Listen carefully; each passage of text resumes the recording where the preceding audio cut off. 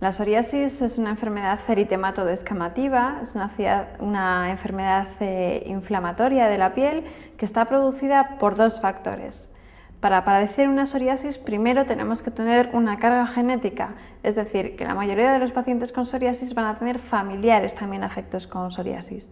Sin embargo, también es muy importante el factor físico, el factor psíquico.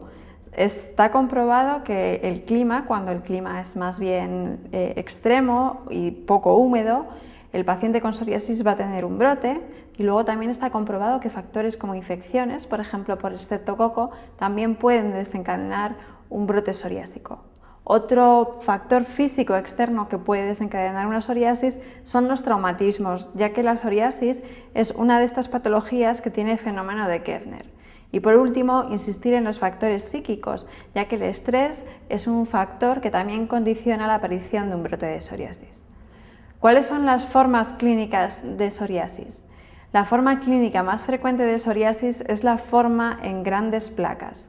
¿Cómo lo vamos a reconocer? Bueno, pues suelen ser pacientes que tienen placas de varios centímetros localizadas en zonas de extensión, y estas placas al tacto van a estar infiltradas y las vamos a ver con un color eritematoso y sobre todo con bastante descamación en superficie. ¿Qué es lo que pasa? Pues que hay otras formas de psoriasis que, aunque son también menos frecuentes, también las tenemos que reconocer. Por un lado tenemos la psoriasis en pequeñas placas. Esta psoriasis, que también se llama psoriasis en gotas, es la característica que aparece después de una infección estreptocócica. La vamos a reconocer porque el paciente se llena por todo el cuerpo de pequeñas placas de 1 o 2 centímetros de diámetro, de color eritematoso y de aspecto descamativo. Hay que también saber reconocer las formas graves de psoriasis, que son dos: la psoriasis eritrodérmica y la psoriasis pustulosa generalizada aguda. Son dos formas que generalmente asocian malestar general, fiebre, y también pueden acompañarse de afectación de órganos, como por ejemplo insuficiencia renal o insuficiencia hepática. Y también es muy frecuente que estas formas graves de psoriasis, como tienen la barrera cutánea totalmente alterada, se pongan sépticos en pocos días. Por lo tanto, ante un paciente con una forma grave de psoriasis hay que tener mucho cuidado, reconocerlo, porque nos encontraremos con un paciente con la piel roja de arriba abajo o bien lleno de pústulas de arriba abajo, y ponerle tratamiento rápidamente e ingresarlo por esta posibilidad de que el paciente se ponga séptico en pocos días. Otra forma de psoriasis que tenemos que tener en cuenta es la forma invertida. ¿Por qué? La forma invertida de psoriasis es una forma que se suele confundir con micosis, ya que se localiza en los pliegues, no en las zonas de extensión, que es lo típico de la psoriasis, y además no tiene ese aspecto descamativo tan típico de la psoriasis, sino, como veis en la foto, este tipo de psoriasis suele tener un aspecto eritematoso y exudativo, con lo cual estos pacientes llegan al dermatólogo después de haber probado muchos tratamientos antimicóticos, porque la primera opción en la que se piensa es en una micosis. Por último, también hablaros de la psoriasis ungueal.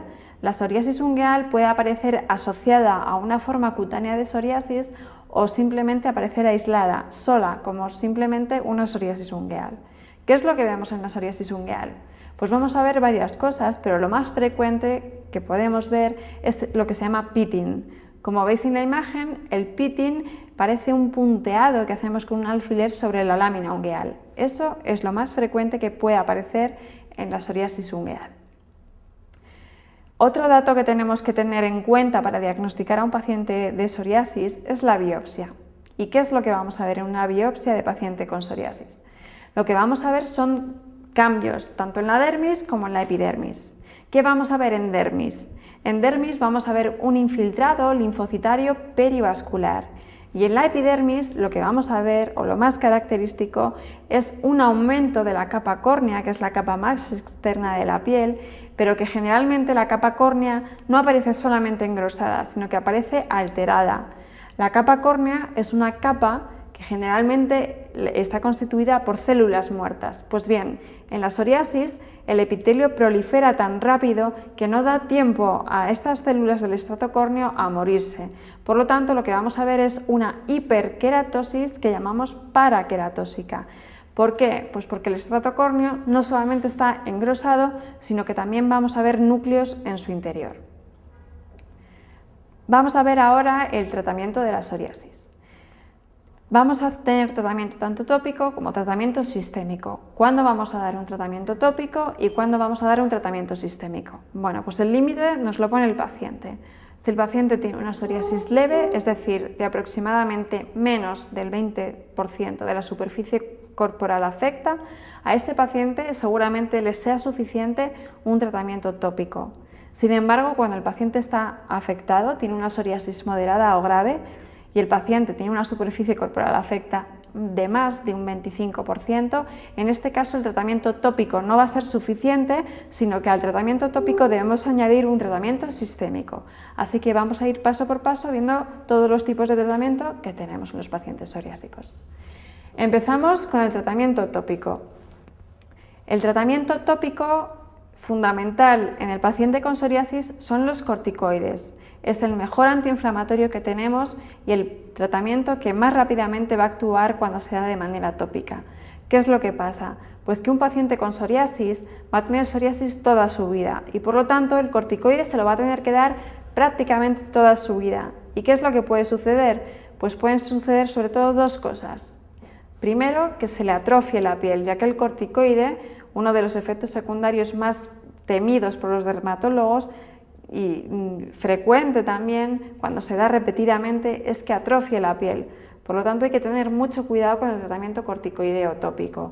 Cuando el tratamiento tópico se da de manera prolongada y repetida durante muchos días, el tratamiento tópico puede producir un síndrome de Cushing y por lo tanto a estos pacientes lo que necesitamos es ahorrarle el corticoide tópico y por lo tanto se han desarrollado otra serie de fármacos que lo que hacen es ahorrar corticoide tópico. ¿Cuáles van a ser estos fármacos? Pues van a ser fármacos de tres tipos. Pueden ser derivados de la vitamina D, pueden ser derivados de la vitamina A o pueden ser derivados del alquitrán. Vamos a verlos poco a poco. ¿Cuáles son los derivados de la vitamina D? Pues el fundamental derivado de la vitamina D es el calcipotriol. Este fármaco consigue unos efectos antiinflamatorios buenos, aunque no tan buenos como el corticoide, y lo que produce sobre todo es un ahorro importante de corticoide en el paciente psoriásico. Por lo tanto, constituye una muy buena opción como tratamiento de mantenimiento o como tratamiento combinado en el brote de psoriasis. Los derivados de la vitamina A, es decir, los retinoides aplicados de manera tópica, también consiguen mejorar la clínica del paciente psoriásico, aunque al igual que sucede con los derivados de la vitamina D, no son tan eficaces como los corticoides y por lo tanto también los utilizamos o de mantenimiento o para ahorrar corticoide durante el brote. Los derivados del alquitrán, es decir, las breas y las antralinas, también son muy buenos antiinflamatorios. Producen una regulación, además de la queratinización, que ayudan a que el paciente con psoriasis mejore rápidamente. ¿Qué es lo que pasa? Pues que estos pacientes al final tienen un cumplimiento terapéutico malo, ya que los derivados del alquitrán producen primero una tinción importante de la ropa del paciente y en segundo lugar un mal olor que es mal tolerado por el paciente. Por lo tanto, el cumplimiento de los pacientes con estos productos va a ser mínimo, aunque su eficacia va a ser muy buena. Cuando el paciente tiene una superficie corporal de más del 25% o bien estos pacientes tienen una psoriasis moderada grave y no responden al tratamiento tópico, nos tenemos que plantear dar al paciente un tratamiento sistémico. Tenemos dos grandes opciones de tratamiento sistémico. Por un lado, el tratamiento sistémico clásico y por otro, el tratamiento sistémico biológico. ¿Cuándo utilizamos uno y cuándo utilizamos otro?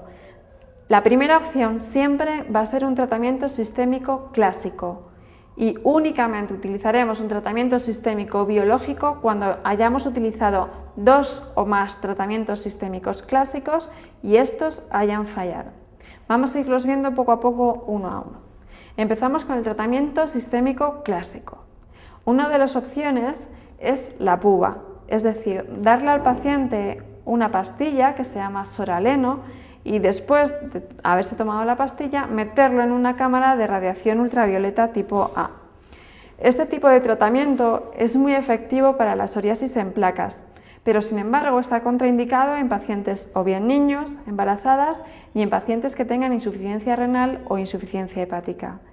Si lo damos, ¿qué tenemos que tener en cuenta? Pues tenemos que tener en cuenta, por un lado, que estamos dando una pastilla que se llama soraleno, que puede producir hepatitis, con lo cual, analíticamente, habrá que controlar al paciente mientras le demos el tratamiento con PUVA. Y en segundo lugar, habrá que tener en cuenta que al paciente le estamos dando una radiación ultravioleta A que se va a acumular en su cuerpo y esta radiación es carcinogenética. Por lo tanto, habrá que vigilarlo, ya que podemos inducir un cáncer de piel fácilmente en estos pacientes. Otra opción buena son los derivados de la vitamina A, es decir, los tratamientos retinoides sistémicos. Estos tratamientos son muy buena opción en el tratamiento de la psoriasis en placas y también en las formas graves de psoriasis.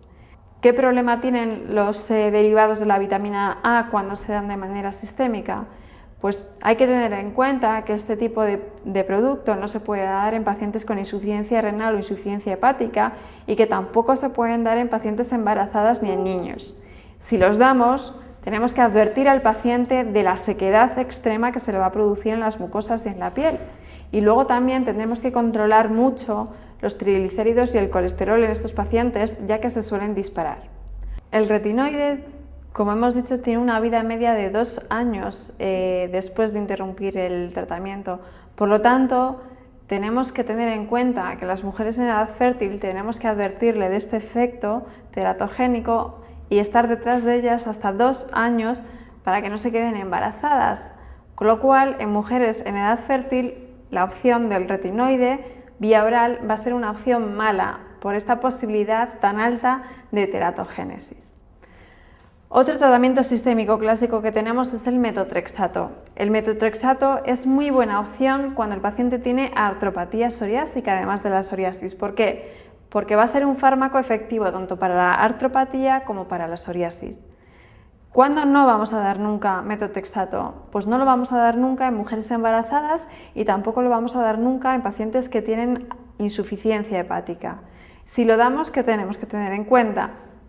Tenemos que tener en cuenta que el metotrexato a dosis acumuladas altas produce fibrosis hepática y por lo tanto tendremos que hacer controles hepáticos repetidos, incluso cuando tenemos una dosis acumulada muy grande tendremos que hacer una biopsia hepática para ver si ha habido fibrosis.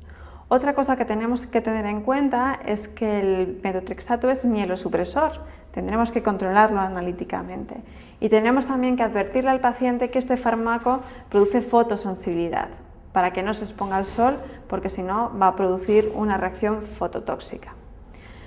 El último tratamiento clásico que vamos a explicar es la ciclosporina.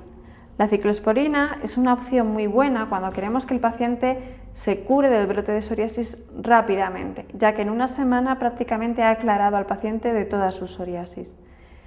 ¿Cuándo podemos dar ciclosporina a los pacientes? Pues la ciclosporina es un fármaco que generalmente no tiene ninguna contraindicación mayor. Quizás la única contraindicación absoluta sería la insuficiencia renal, ya que este fármaco agrava la insuficiencia renal. Por lo tanto, lo podemos dar fácilmente en pacientes con otra patología que no podíamos darle a lo mejor cualquiera de estos fármacos anteriores e incluso también lo podemos dar en mujeres embarazadas. ¿Qué tenemos que tener en cuenta cuando damos ciclosporina? Pues cuando damos ciclosporina tenemos que tener en cuenta que es un fármaco que produce hipertricosis y que produce hipertrofia gingival, con lo cual hay que advertírselo al paciente antes de que se lleve un susto. Y también hay que controlar al paciente varias cosas. Primero, la tensión arterial, ya que la ciclosporina puede producir hipertensión arterial. También hay que controlar el riñón, ya que agrava o produce insuficiencia renal y también hay que advertir al paciente que estamos dando un fármaco que es inmunodepresor y que por lo tanto tiene que tener cuidado con las posibles infecciones graves que puede desencadenar un fármaco como la ciclosporina. Como he dicho antes, cuando el paciente ha probado 2 o más tratamientos sistémicos clásicos y estos tratamientos han fallado, entonces podemos proponer al paciente utilizar un tratamiento sistémico biológico. ¿Qué es esto del tratamiento sistémico biológico? El tratamiento sistémico biológico son fármacos que bloquean determinadas moléculas de la cascada de la inflamación. Por lo tanto, son fármacos que tienen una respuesta antiinflamatoria estupenda, pero que también producen un proceso o un efecto secundario inmunodepresor muy importante. Cuando queremos poner un tratamiento sistémico biológico, tenemos que descartar primero enfermedad infecciosa activa, realizando un Mantoux y serologías de virus de las hepatitis y VIH, y luego también tenemos que hacer una anamnesis cuidadosa, ya que no podemos poner un tratamiento sistémico biológico en aquellos pacientes que hayan tenido una neoplasia los 10 años antes del inicio del tratamiento sistémico biológico. Vamos a ver la pregunta sobre psoriasis. Como veis, la respuesta número 3 es la falsa, ya que el metotrexato sí que es un fármaco teratogénico. La única opción que no es teratogénica dentro de los fármacos sistémicos que tenemos para la psoriasis es la ciclosporina. Otra cosa que tenéis que tener en cuenta del metotrexato es que hay que advertir a los pacientes, tanto mujeres como hombres, que durante el tratamiento con metotrexato, así como 3 meses después de haber suspendido el tratamiento con metotrexato, no pueden quedarse embarazadas.